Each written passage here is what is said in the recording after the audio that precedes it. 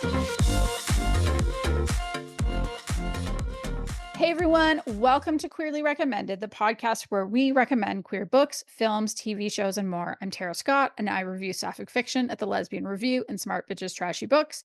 And this week, I am recommending a historical sapphic romance novel. And I'm Kris Bryant, a contemporary romance writer for Bold Strokes Books. And this week, I'm recommending a documentary. Thank you to all the folks who continue to support us through our coffee or our Substack. There's links to both in the show notes. And as always, we make this plug every time, but I feel like it's actually more important now than ever with the world feeling kind of weird. Everybody wants to see that like positive queer representation. So if you have friends that have been saying, I don't know what to read, I don't know what to watch, tell them about the show so that they can get recommendations. We'll tell them. And we have nearly 100 episodes of recommendations, so they have tons to choose from. Agreed. So, Kris. Yes. Elena Erdell, super fabulous fellow author from Bold Strokes Books, wants an update on Orange Cat. So Orange Kitty does now respond to Orange Kitty. Cats are finicky, and so Orange Kitty comes to Orange Kitty now, which is very sweet.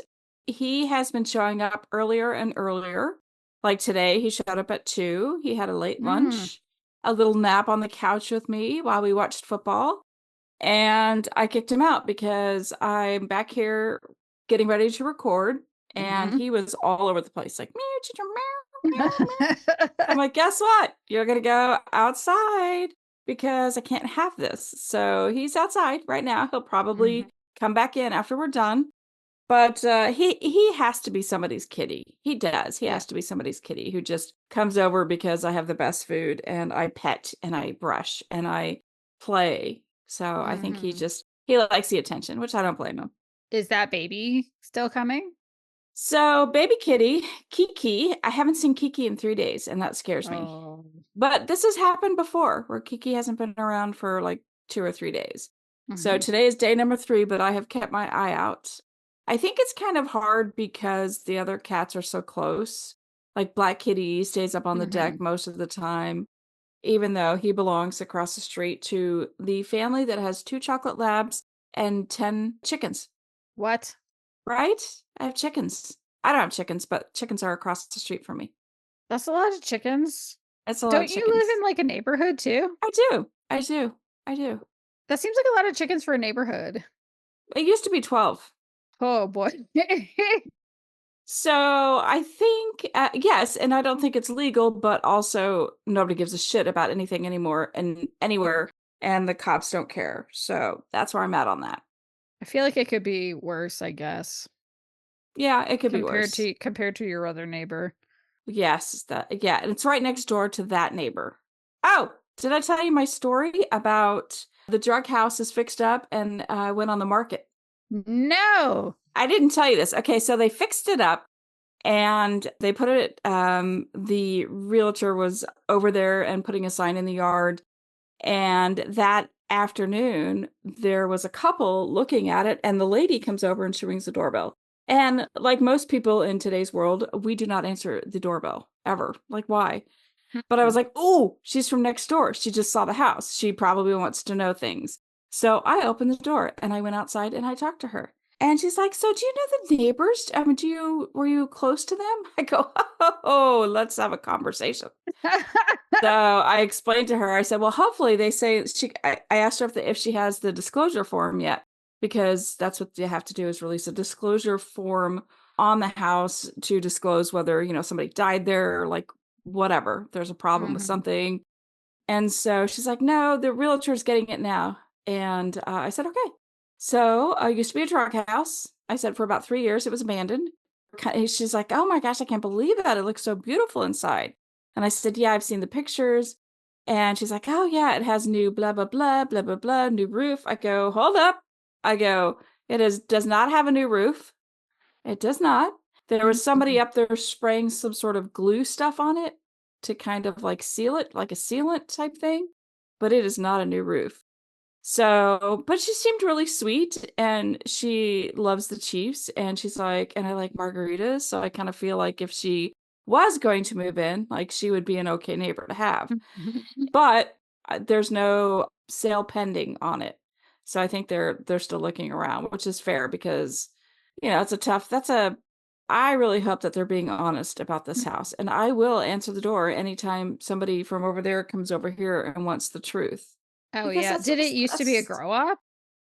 I don't know what that means. What? A grow up? A grow up is maybe that's a term for over here, but it's when it's like a drug house, but specifically it's like a house where people were growing cannabis plants. It was a bigger Oh. problem in Canada prior to cannabis being Hmm. legalized, but the reason they had to disclose it here is that often it meant there was, like, way more humidity than what would be in a normal house, Oh, and so okay. higher likelihood for mold and that Mm. kinda thing.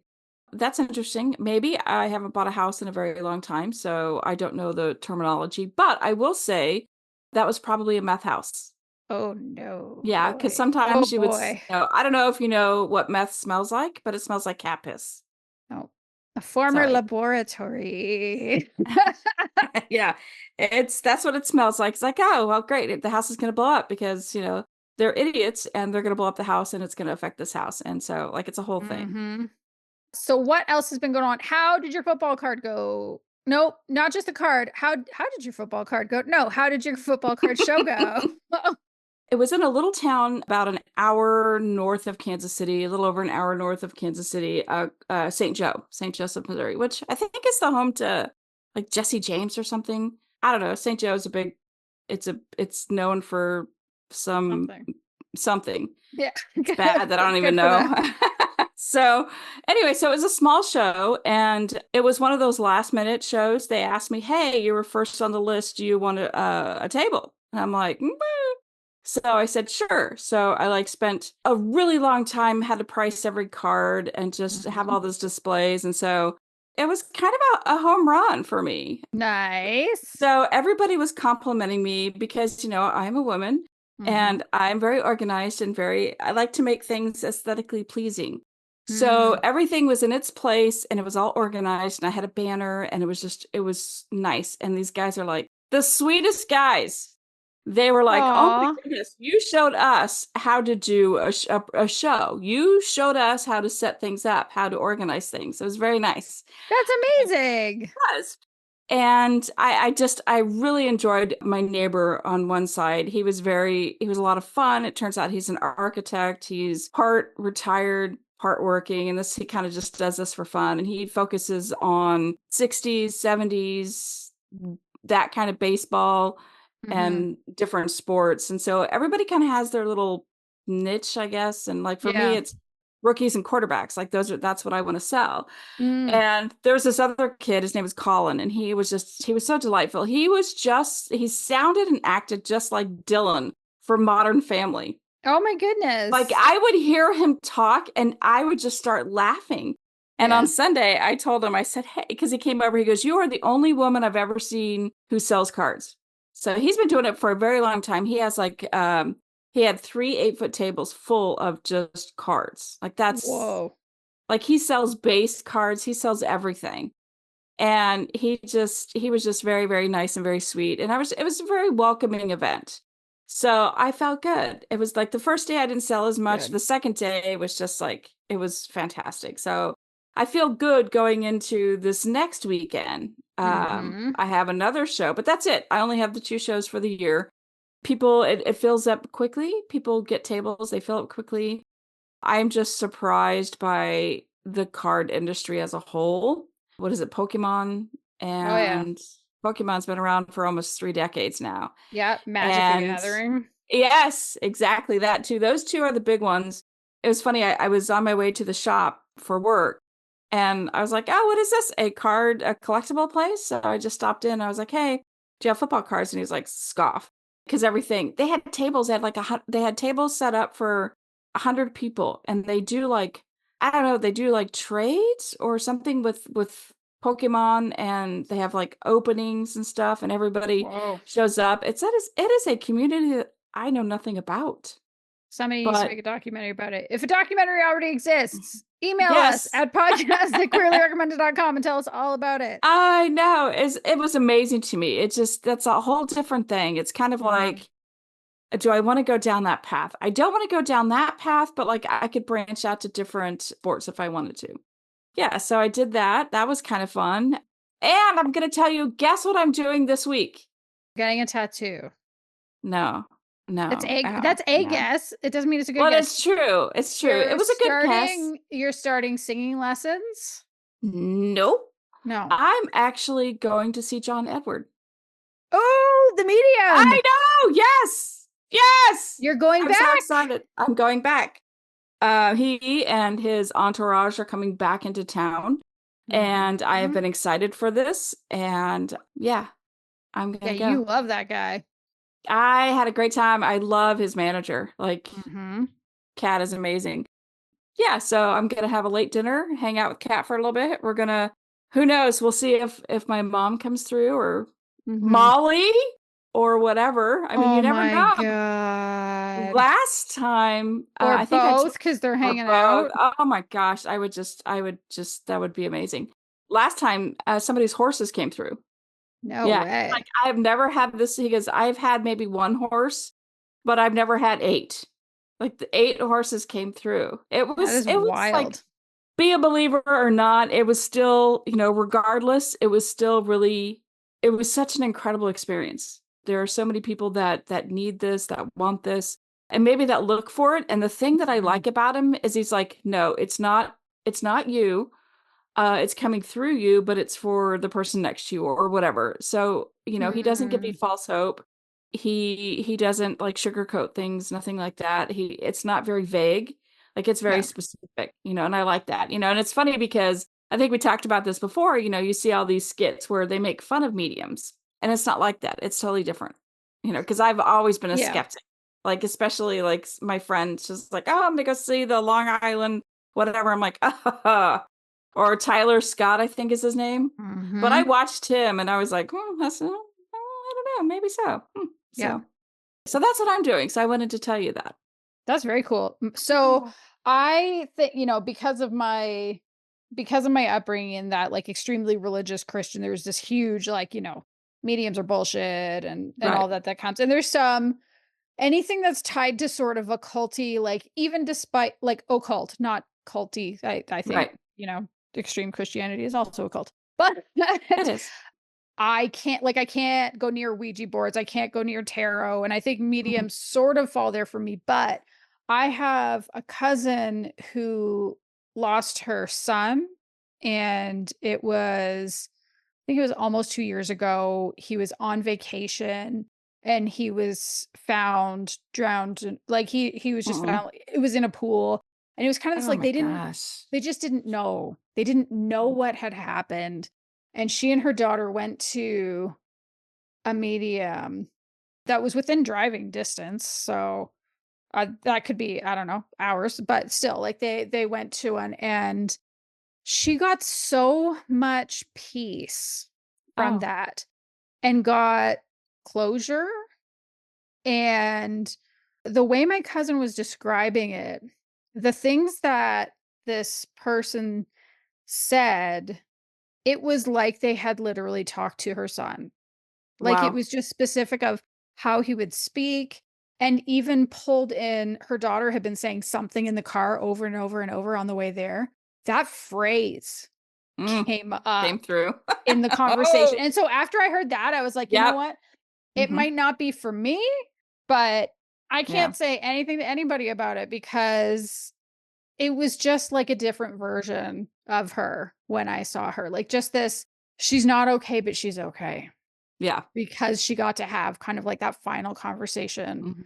that she needed to have. Ugh. Yeah. Ugh. That's heavy. I So know. It's I gonna be a know, heavy week. It's gonna be a heavy week for me. but it might be a really important one. Yes, I think so. Like I said, even if nothing happens for Mm. me to see it happen to give people that peace, like you were saying, Oh, it's yeah. very like to be a part of that is very special. Yeah. Yeah. So then otherwise, what's going on with me? Not a lot new has Yes. happened, but Mm. last time we talked, I told you how I am going to be on the Ice Queen Superfans panel that Yes, is part yes. of the Lesbian Reviews event.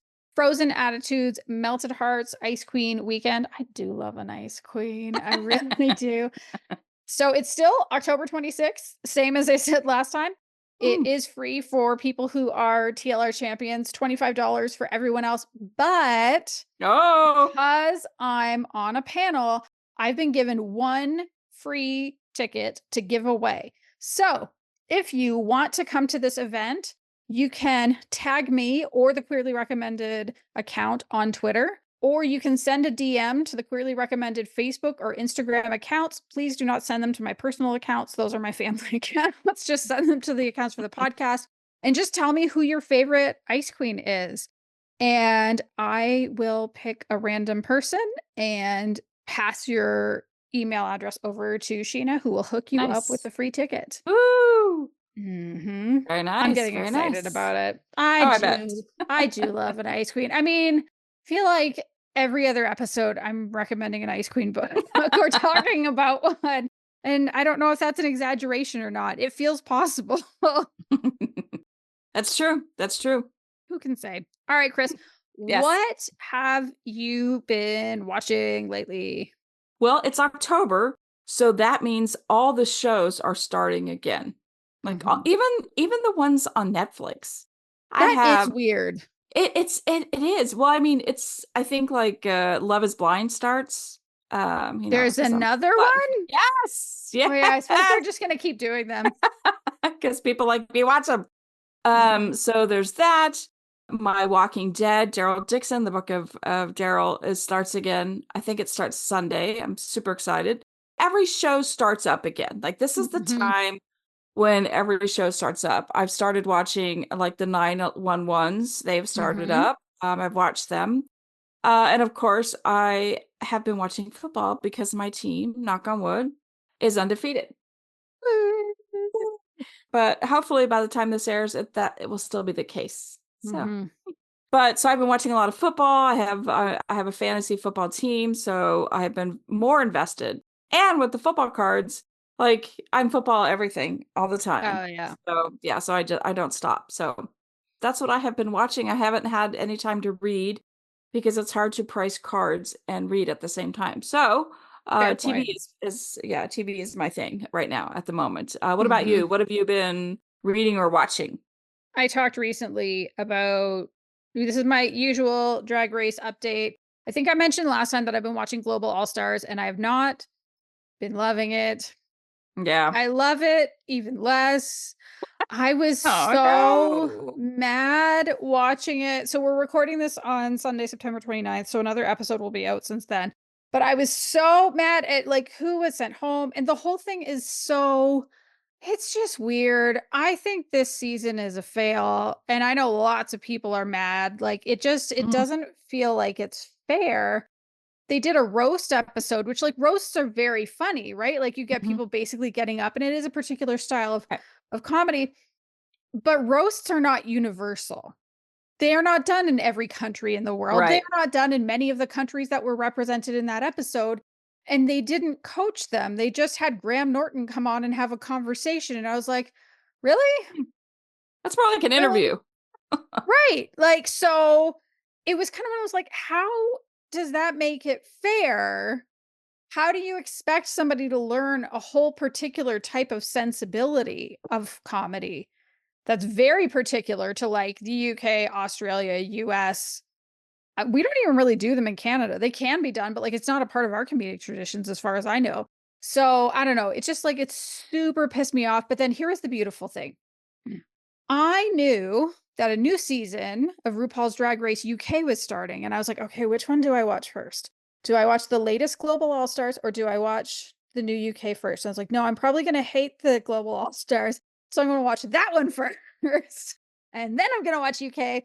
And that was actually the best idea ever because it was Hmm. fucking fantastic. The new cast is Oh, nice. so good. They had them do a cabaret and they were fabulous. And there were only 3 queens that I was like, I don't know, they were kind of mid. Like they weren't Mm. terrible. They like the worst was kind of mid. Oh. It ranged from that to unbelievably good. And this is a Wow. regular season. This is not an all-star season. So I'm very, very excited about the UK. So that is promising. And I'm going to keep doing that, even though UK episodes air on Thursdays, Global All Stars airs on Fridays. I am going to save it for a day so I can watch the So you one that can will knock it out, annoy me yeah. and then I can make up for it with the one I Yes. like. The reward, yes, that's the exactly, that's Right? what you do. It's you know what I'm doing? It's like you talking about some of the shows you've talked about in the past where you're like, I know it's just it's so hard. It's so much. I don't even like it, but I gotta finish it. And that's how I Yes. feel. I'm drawing on the Chris Bryant tradition. I gotta finish Yes. You it. are a loyalist. I love it. Mhm. Also, I don't know if you saw, but there's a clip that's been going around on TikTok. It's made its way to Insta, it's made its way to Twitter. I'm still not calling it by the stupid new name, and probably some of the others. And it's Judi Dench and Maggie Smith and Joan Plowright. And basically, it's like Maggie Smith and Joan Plowright digging at Judi Dench for taking all the good American parts. And Judi Dench just kind of like, how dare you? I do not. What are you talking about? And they're like, nope, our agent said. And it's really funny. Like, I even had a friend send it I'd seen it going around, and I had a friend send it to me and another friend saying like, "I hope this is us when we're old." Like, Mm, it was so funny, and I've seen it here and there enough times. I was like, "What is this from?" And I finally looked it up, and it's a documentary called Tea with the Dames. And so it's Maggie Smith, Judi Dench, Joan Plowright, but also Eileen Atkins. And I guess it's just like them getting together, talking about acting, talking about their experiences, talking about nice. their friendships, like hearing that Maggie Smith and Judi Dench met in the 1950s on this Wow. one particular play, right? Or even Wow. think it might have been Maggie Smith and how she was made so nervous. And she turns to Joan Plowright and says, "Your husband," and it's Laurence Olivier. And like I didn't know, like it was not a secret, but like I didn't know that Laurence Olivier was married to Joan Plowright. And so like it's so good.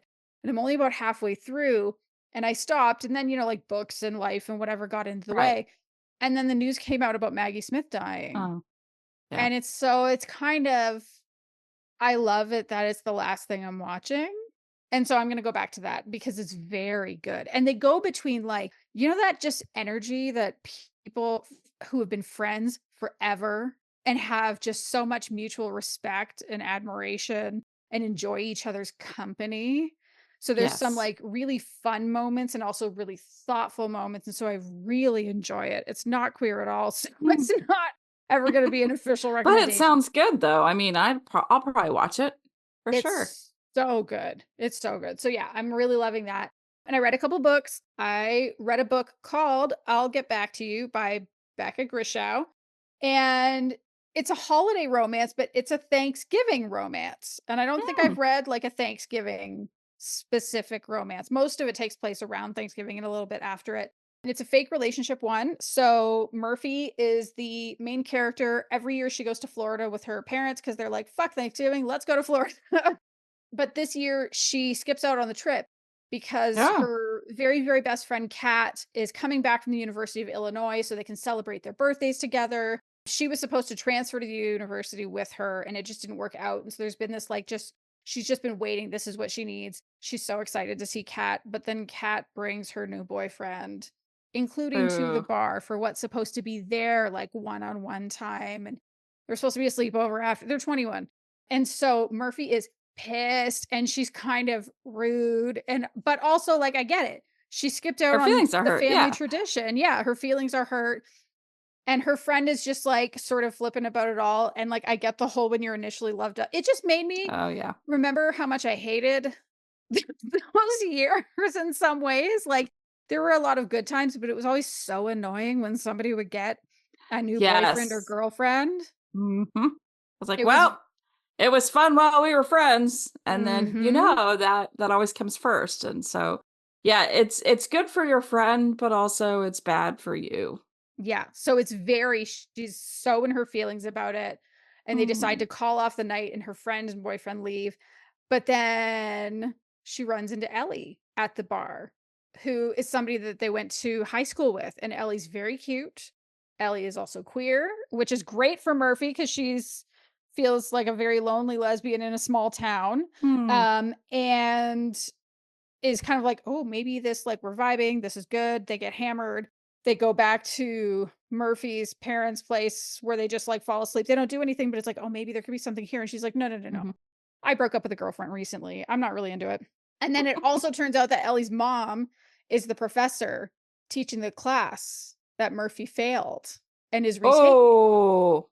the class that stands between her and going to the University of Illinois. Oh. Mm. But Ellie didn't tell her parents that her girlfriend Mary broke up with her. And so there's this like sort of chance meeting situation so that Ellie's mom thinks Murphy is her girlfriend. And she's Oh. like, "Look, look, what if you just pretend to be my girlfriend? Because I want my parents to pay for a master's program for me. They're not going to be super keen on it. But like, if you can help paint the picture for them and my mom can get to know you better because she gives better grades to people she likes, come on, this will be great." And so, against her better judgment, Murphy says yes. And everything gets complicated when it turns out they actually have real chemistry. So I felt like it was a little bit weird that a Thanksgiving book got released in September. Like maybe I just don't know a lot about when and how books get released, but it came out like Mm. a week or two ago, a couple weeks ago. But I really liked it because it was really cute. It's a new adult romance. Like I said, they're 21. But the thing that I thought was interesting is I don't know if it actually even counts as a new adult romance because those are usually pretty spicy. Like they're quite sexually explicit.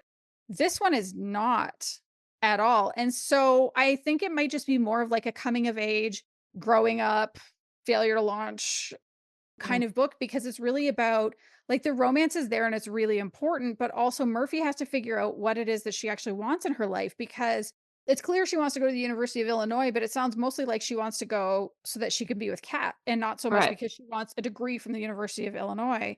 And so, like, what do I do with that? She's actually really good at marketing. She works at a coffee shop part time and she does like their whole rebrand. And it's like, that's a big deal. Like, if you're good enough to handle a rebrand, that's pretty good. It was funny too, because some of my favorite stuff is some of the other scenes, like, their romance is very good. It's very cute. It has a happily for now ending, which I like because I don't think it makes sense to have happily ever afters for At 21-year-olds 21. anyway. Right. Right. So, like, I fully 21. respect that that was where it went. But there's a scene because it's Thanksgiving, there's always a big game on Thanksgiving, right? Right. And so Murphy goes outside to hang out with Ellie's dad while the turkey is smoking and they're listening to football and they're just like, it's the Bonding. cutest. It's the cutest bonding. So that was great. And even seeing Ellie's mom warm up to Murphy, she ends up being a little bit of an MVP for me. I won't give it away why, Mm. but she does a thing later on and I like it. The part that I don't know how to say it, it's not that it doesn't work. It might be that it works too well. It's realistic and it made me uncomfortable. And I think, especially because I Mm. have parents, and it was the scenes between Murphy and her parents. So, as a fellow parent, I wanted to shake the shit out of them because there's stuff that they do that I think is not cool, but also it is a part of her journey. Yep. So, it worked. It made sense. It's a very sweet romance. So, I think for people that like sweet romances, that like holiday romances, Mm. that Holiday are okay romances. with happy for nows, that is a good one. And then the other thing I read, it's a debut book from one of your Mm. fellow Bold Strokes books authors. Woohoo. It's actually a sci-fi romance, Mm. which I know, right? That's So it's unusual for you, right? I'll read one every couple of years. So, Just yes. I mean, there's not a ton of them out there, but I did read a lot of Fletcher Delancey's. I read Gotcha. some of Gunn Like I read her whole Mhm. first series and then some of her others. I think they just weren't for me. Yeah. And I haven't sought many out. I'm very tardy in checking out like Kelly Aiton's. But the premise kind of really spoke to me. So I was like, yes, this one, I'll do this one. And so it takes Mm. place more than 500 years in the future. It's on a planet that has colonies. There's two colonies. Some of them are human, and the others are an alien race called the Taprui. I'm probably going to pronounce everything incorrectly, but it's made up. So I'm Right. making up my own pronunciation. That's fair. The humans decide they want to take some of the Tapuri's land, like they need to expand their borders, except they're not as technologically advanced as the Tapuri, who's like, the fuck you will. And war breaks out. Humans are not going to be okay. And it's only really the people like really in charge of their government that are like, oh God, this is bad. This is going to be so bad. And so, thankfully, the Chipuri are not a bunch of dicks. They don't actually intend to wipe out all of humanity. It was more of like a "can you knock it off" situation. But they Mm, send a small delegation to draw up a treaty so that they can call an end to this war. But the big catch is that when they sign treaties, they require a tribute. So the tribute in the title, mm. and that is in the form of a spouse for a member of the royal family. And they want this person, that person is going to have to live on the other side of the border. And this is also huge because Ee. humans have never seen any of their stuff. And Mm. this time it has to be one of the children of the most high ranking government official. And so Fiona is our hero. She puts her hand up because her other sisters are either married or like just embarking on a relationship. And she's like, my fiance died a few years ago. I'm not going to find love again anyway. Send me to go hang out with the blue purple aliens and it'll be Are they blue great. purple? Yes, they're blue Are they? purple. Okay, blue purple. They're blue purple, they're a little Purple. bigger, their eyes are a little bigger. Blurple. They have, like, little bits of fur in some spots. It was very I I was reading mean, it, I was like, "Huh, okay, sure, why not?" So Fiona marries one of the princesses, Samala, and Samala also doesn't expect it. It's like, "Well, this is just you're" like, the tribute marriages is literally just like, "Oh, this person is here because of a treaty." It's not mm, expected to become a real marriage.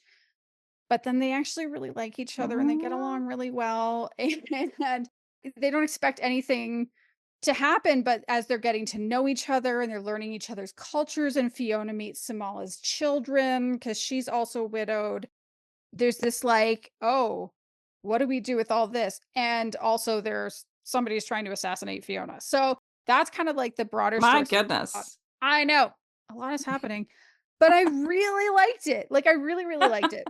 And in fact, I made sure I spent like I finished reading it today because I was like, "I gotta talk about this book because I like it a lot."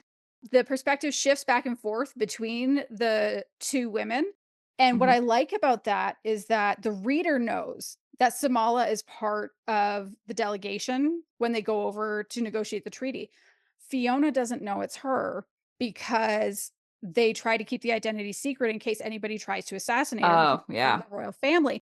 And so we see this like attraction growing for both of them. And Fiona's like, oh fuck, oh fuck. I'm attracted to her, but I'm supposed to marry someone else. That is really bad. What am I gonna do? And I'm like, no, it's good for you. You're gonna have a good time. And so it just puts like a spin that I don't think I've seen before on the earliest days of their relationship. Or I don't remember seeing something like that. They're just both really good people with really great chemistry. And so I loved watching, like, they're both really confused at first about the attraction. Samala's never been with a woman before. And there's just this like opening up to the idea that like maybe this can be a real marriage and not just a symbolic one. The other thing, I think my other favorite aspect is like I said, Samala has a couple kids from a previous marriage. And they're not like they're there, but it's not like too much of the kids. But also, it shows that there's a broader significance to them having a real marriage because it's actually not just a question of can we be romantically involved, but like, can you be a part of my family? You're Mm. leaving your family behind, but can you be a part of this family and can you be another parent to my kids? So the only thing that didn't work for me was some of the like I think the world building writ large was good, but it was some of the finer details of world building. And it's stuff like it's more than 500 years in the future, Mm. but Fiona wears bras. Oh, Why does she wear we bras have like we to wear get rid bras? of bras We have within to my get past lifetime. bras. Yes. She's also wearing, like, her old college sweatshirt, and I was like, "That feels very now?"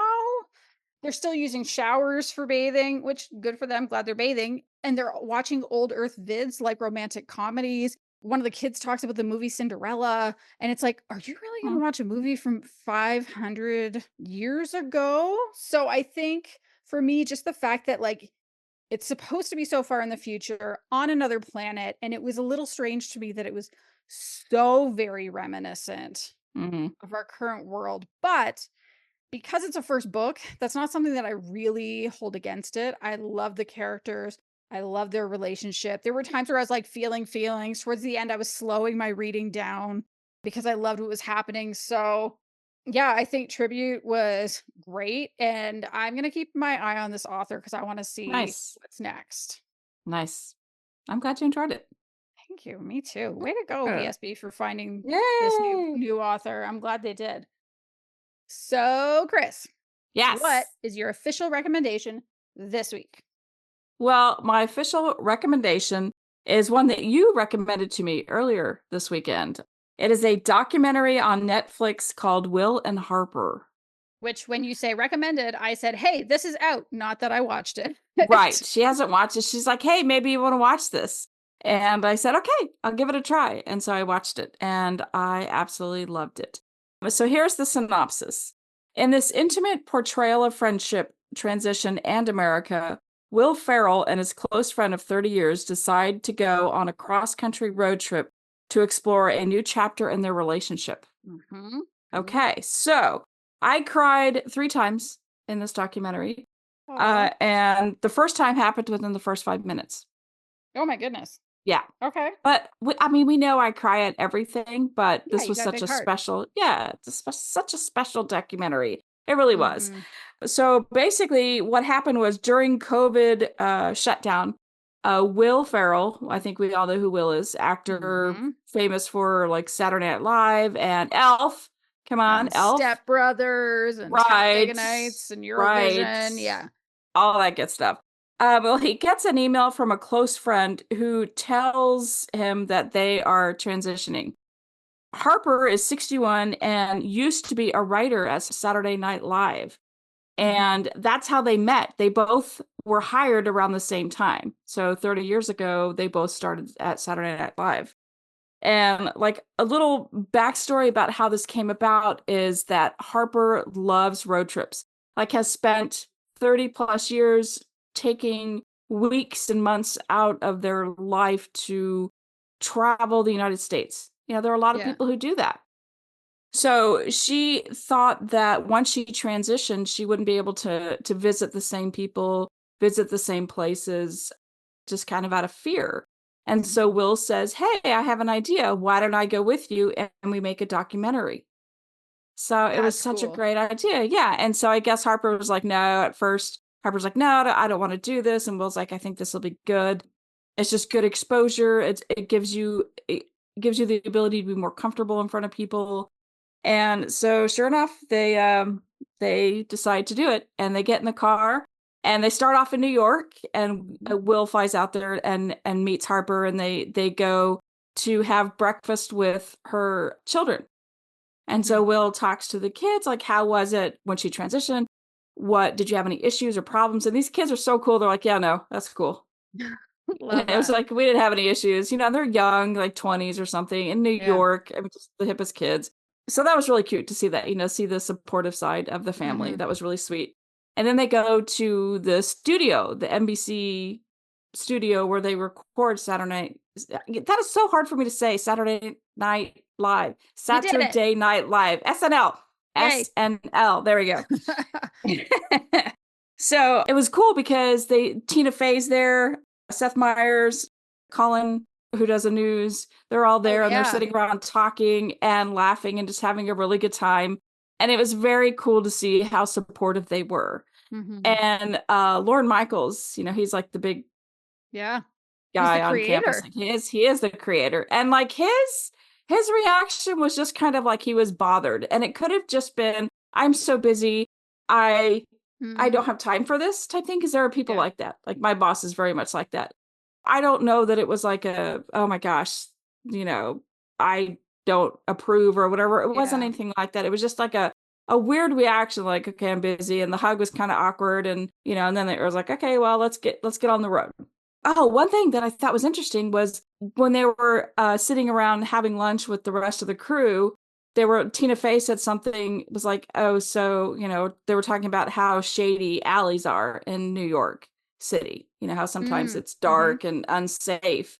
And Harper was like, now I have to be aware of that. I have to be aware of my surroundings more so than before. Like Yeah. walking down dark alleys, don't do it. And I, Yeah. I was like, wow, I never thought about that, for it to switch so quickly, which says shitty things about humans. But so basically during the ride, Harper says, Will, you can ask me anything. Ask me anything. Ask me the questions that people aren't supposed to ask trans people. Like, just ask me the questions. So it was very sweet and very funny and very kind, but also really was invested, like wanted to know why and like how did you come up with your name and all these things, like all these different things. And it was really cute because Harper was just kind of like, you can just say it, say what's on your mind. And he's like, how are your boobs? And Yeah. Harper's like, I went through puberty in 4 hours. So Oh, yeah, it yeah. was cute. And then like Will asks, well, have you been to Nordstrom Rack now that you have a rack? I mean, it's just like kind of offhanded, off-colored, funny, Yeah. just lighthearted stuff to for both of them to kind of feel comfortable Mhm. ask the real serious questions. And listening to Harper's story, like it has been ongoing, ever since she was like 5, Mhm. and just not being able to be her authentic self until now, Mhm. 55 years later, which to me blows my mind, but I get it. Yeah. Like this isn't exactly the safest place to come out or to transition. Mhm. And she said that when she did the trip, or when she has done trips, and she's always like kind of dressed sometimes as, dressed in women's clothing, but always had an emergency set of men's clothing for just in Mhm. case. Just in Mhm. case, like when she goes to get gas or goes to get food, Yeah. just for safety reasons, which again isn't something I've ever thought of before. And they were at a diner somewhere and they misgendered her. Mhm. The waitress misgendered, and Will was real quick to be like, ma'am. Oh, I'm sorry, ma'am, miss, ma'am. And yeah, so they went through Indiana and they saw a professional basketball game, and they met, I think it was Indiana. They met the governor of Indiana, and like Whoa. the governor had like didn't say anything, just like, oh, it was nice to meet you, blah blah blah. And it turns out that they had just signed all these anti-trans laws into, I was gonna say, isn't that one of yeah, the bad yes, states? Because 'Cause they're bad for yes, abortion too. yes. And Will had no idea. And he just lost it in the car. He started crying. He's like, I am so sorry. I did not put you in a safe environment. Yeah. So, like watching this whole documentary and just kind of seeing somebody finally understand, like people on the outside who don't really have friends who have transitioned or just don't have the education or the knowledge, like to Mhm. watch this progress, how he finally understands things. It Yeah. was very well done. It was very heartfelt. There was a lot of humor in it too, because you have two people who are in comedy, Oh, and yeah. so it's kind of, you cover it up somewhat, some of the emotions you kind of cover up with comedy to make it lighthearted. But it was, it was educational, it was emotional, it was sad, it was happy, it was funny. And I can't tell you my favorite part because there were so many. And Yeah. they all fall under all those categories. There was a favorite funny moment, a favorite emotional moment, a favorite sad, a favorite happy.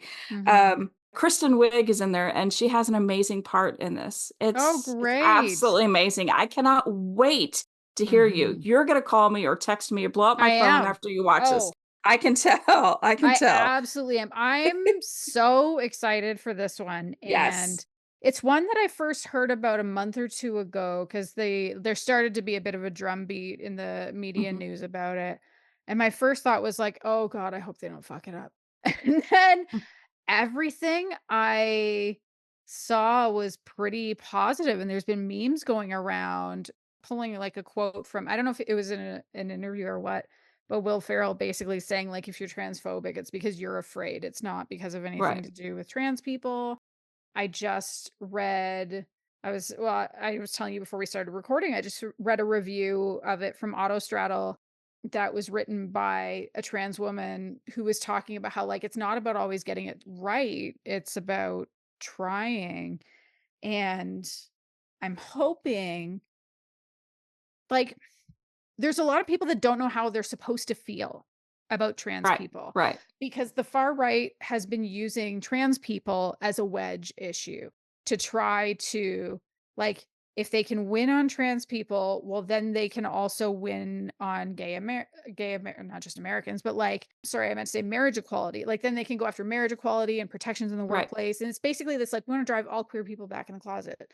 And I think that people who don't really get it might need something like this, might need to see somebody like Will Ferrell. Mhm. And I was actually talking to Neil about it after you texted and said it was so good. We were talking about, okay, we're going to see it. And I said, like, I wonder if to me, it's similar to Tim Walls Mhm. and why it's kind of great that Kamala picked him as a running mate because we need to see examples of straight white men in their 50s and 60s who haven't had their brains rotted by Fox News Right. on LGBTQ issues. Like, we need people like that, people who our siblings or our parents or whoever will look at and say, "Whoa, Will Ferrell says this is okay?" Like, this different option of masculinity. And I just Mhm. think also how brilliant that it dropped at the end of September when It was trans rights planned. are on the ballot. Like, that's fucking allyship right there. Yeah, he said I read where he told Netflix this has to drop before the election. Like, this has to drop. It has to be done Yep. before the election. And, I mean, it wasn't all like all supportive everywhere. Oh my gosh, this is great. Like Texas, whoa, Mhm. like the whole scene with Texas was hard. It was Mhm. very hard. And there was also another, and I don't remember where. I think it might have been Oklahoma, of course. I think it might have been Oklahoma where she goes into a bar and Will stays out in the car, and she's like, "Let me do this. Let me see if if everything's cool." And it's like the reception that she got was horrible. Mhm. And so she calls Will and she's like, "Hey, come on in," And Yeah. so, and then when Will gets in and they see all the cameras and it's Will Ferrell, they're like, "Oh, hey, great, nice to meet you. Oh, I have queer friends." And so the whole thing, I mean, it was good Mhm. and bad because Yeah. you got to see the initial reactions of people, like they were just like fucking Trump flags everywhere in this bar, like Mhm. regular like American flags, and it was just, and the rebel flag. And I'm just like, first of all, why the fuck were we in a bar like this before? Like, Wow. Yeah. w you know? And Yeah. secondly, like, Will had to come in and be like, "Hey," kind of joke around and like diffuse the situation. And that was in Oklahoma. And like I said, the one in Texas was like made me cry. It was awful. It was, Yeah. and then like, so the people were just tweeting, they were just being dicks about everything. It was, that part was bad. So, definitely it shows the highs and lows and how it can be both. Doesn't matter who you are or who you know. Why I'm recommending this is because it's heartfelt and Will Yeah. Ferrell, he's just an average guy who wants to support his friend. It's Yeah. about friendship. It's about support when your friend Mhm. needs it most. And you just never know. Like, you can have a best friend and not know all the issues and problems that they're going through because maybe the communication lines haven't been opened enough. And I feel like if you feel you have a friend or somebody who might be going through something, rather than ignore it, maybe ask questions, Yeah. help them out. And I feel like this was a perfect example of that. I Mhm. just I thought it was a great documentary. I know it's up for some awards already in the Toronto, I think up by you, the Toronto, Ooh. yeah. So the film festival up there, it's up Mhm. for one of those. And I'm sure it's gonna get more. And I'm not like, side note, I'm not a super Will Ferrell fan. Like, I don't like check out all of his movies. I've seen Yeah. probably half a dozen of his movies, and they made me laugh. Mhm. I mean, because they're so outrageous. Yeah, but Elf is always a classic. I will watch it every Oh, Christmas. Like, that fabulous. to me is his best role, hands Yeah. down. Like Buddy Elf for sure. Yeah. Anyway, that is my official recommendation. What is yours? Okay, so mine is a historical romance. It's called The Duke's Sister and I by Emma Claire Ooh, Sunday. So, when I was growing up, I read a ton of historical romances, me and too. for a number of reasons, there's not very many being published anymore. I don't really know why, if it's just tastes have changed, and so it's all Oh, contemporary I all the can tell time. you. Tell me. I can tell you because don't you remember? Because I did the same thing. I probably read through college, I probably read 300 bodice rippers. And it's Mhm. always like the woman is held captive and she falls for her captor, Oh, yeah, yeah, the falling I'm for like, your it's rapist stories, problem. yeah. Yeah, exactly. It's so Well, problematic. And like it's it's like the woman who who dresses like a page because she Yeah. wants the equality or Yeah. whatever. There's always something.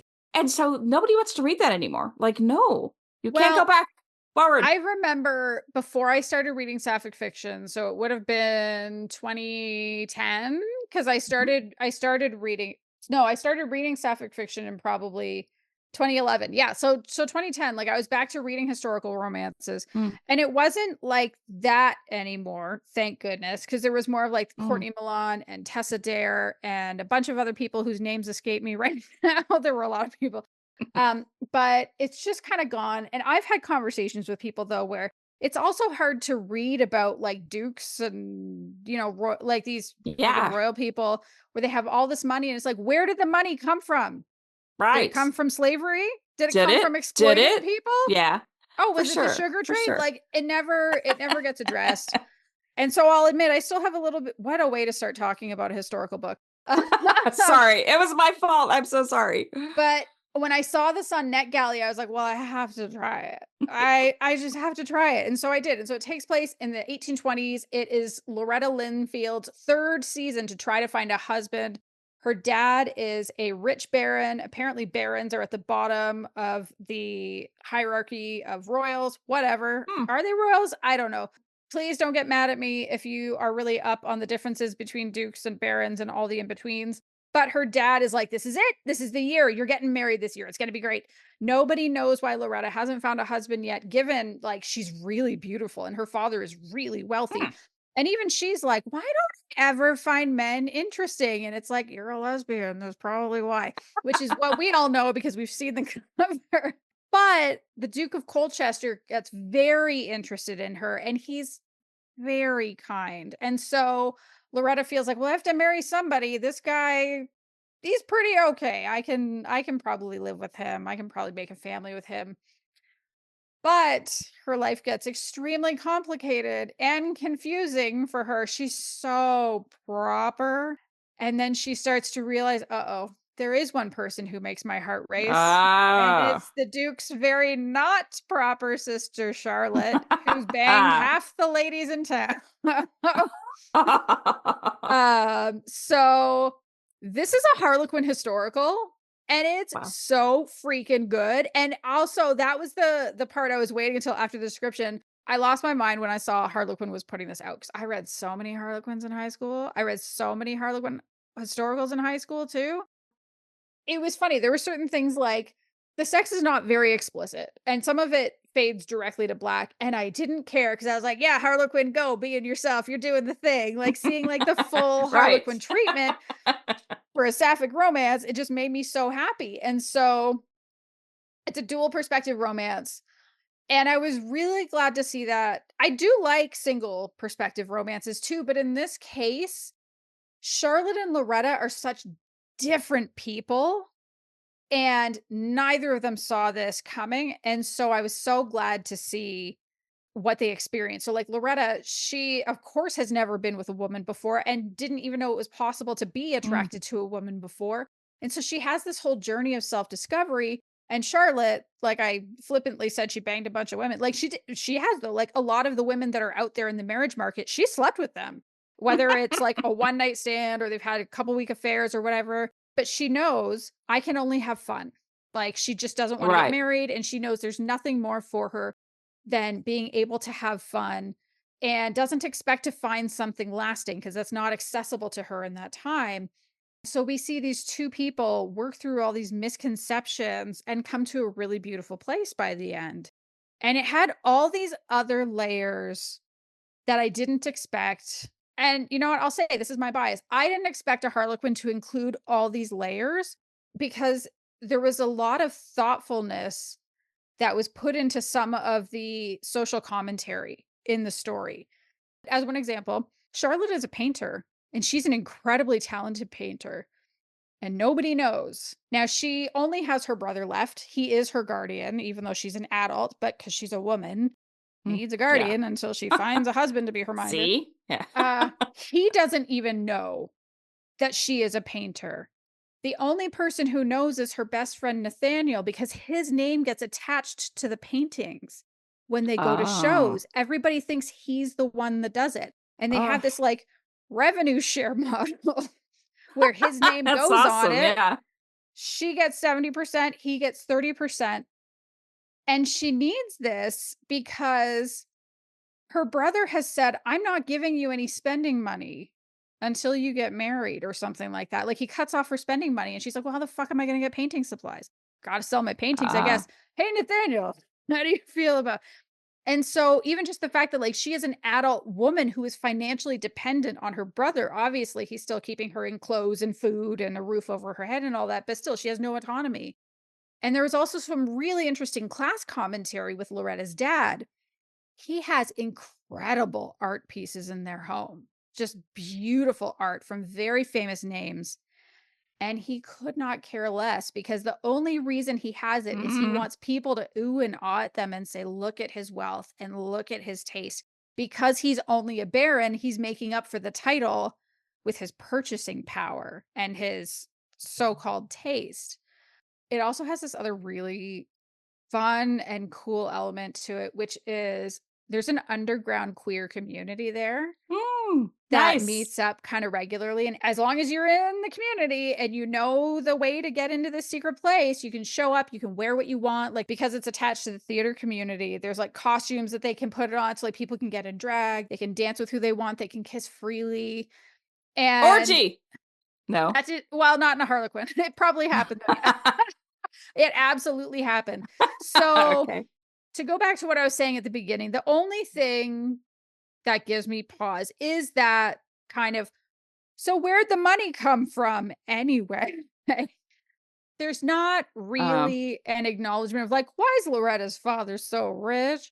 shipping, Why is import, right? export. Where's Charlotte's family money come from? Like, that kind of wealth does not get accumulated without exploiting other people. And to be Right. fair, like if you take that to the contemporary realm, I can't read billionaire romances because I think billionaires shouldn't exist and I think they're disgusting. Like, that's you're just a dragon Okay. hoarding all the money. So that's the only I was reading it and I was like, but I also just, like, took that feeling and stuck it on a shelf because everything else was so good. I loved these characters. I do wish Mm, that the ending was a little more clear, like, they're definitely together, mhm. but I wish I had a more clear sense of their future and how that's gonna work. Because I don't feel like I have the most clear sense of, like, "So how's this gonna work anyway, the 1820s?" But I think the characters were so good. Their journeys were so good. Even the side characters were quite well done. Loved how it drew on class, loved how it Mhm. drew on gender roles. And it was really thoughtfully done. And the other thing that I appreciated is it was really joyous. It's not about queer pain. It's Oh, not good. about, we're gonna have some person get outed and flogged or whatever. And so I think if I were to take the whole overarching theme of this book and boil it down to one phrase, it would be, "We've always been here." And we know that that's true. We know that there were queer Right. people at this time, even if there weren't this wasn't the same language to describe them. Not many of those stories, of course, have survived because, it is this life of semi-secrecy. But I Mhm. think what I really enjoyed with this is that, the Duke's sister and I paints a picture of something that maybe could have happened. Mm. And it was just so fun. It was so lovely. And I finished it and I was like, "Oh, I'm gonna wanna reread this when I'm having a real bad time." And so it went directly into my favorites folder on my Kindle. That's I've great. never that's the other thing, like, with Harlequins, they put out so many that I never expected the quality to be super high on any of them, even though there were some that I really enjoyed over the years. But I think this is the first time that I was like, "No, I gotta keep this one. Mm. This one has to be mine." So, yeah, I loved it. You loved it. Yes, you did. Yes, I did. That's it. That's all for this episode. Thank you so much for joining us. If you've enjoyed it and you haven't subscribed yet, I don't know why you haven't, but I think you should do that. Hit that little button so you get it to pop up in your app when we release an episode. If you have a friend who you think needs to know about any of the stuff we talked about today, please tell them all about it. And if you do want to support us financially, we do have links in our show notes to our coffee and our newsletter, which just helps pay for all the tech that we use to run this, frankly. Or if you want to connect with us on your favorite social media sites, we have the links in the show notes for that too. Or you can just search for Queerly Recommended on social media sites or email us at podcast@queerlyrecommended.com. And don't forget about Tara's free extra ticket. To the Ice Queens event. To Yes, the Ice that's Queens right. event. So send it to the podcast@queerlyrecommended.com or hit us up in our DMs like Queerly Recommended on the social media sites. I'm not going to name them all. But anyway, goodbye, everyone. Goodbye. Woohoo! We did it.